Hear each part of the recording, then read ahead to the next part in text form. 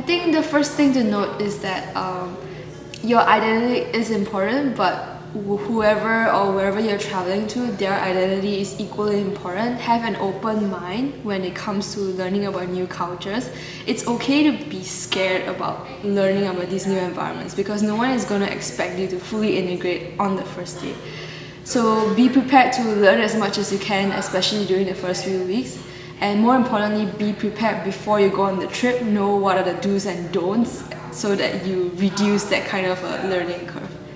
If you do that, you probably have a good experience. Yeah. I would advise students for as far as like being aware of your own identities.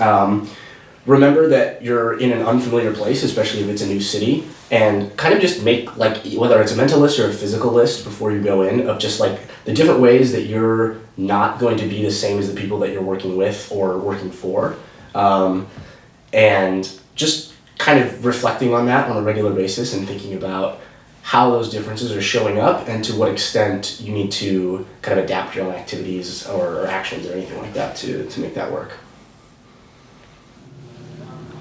I think one of my biggest challenges in terms of my identity being in that's a political workspace was kind of being the token minority at some times.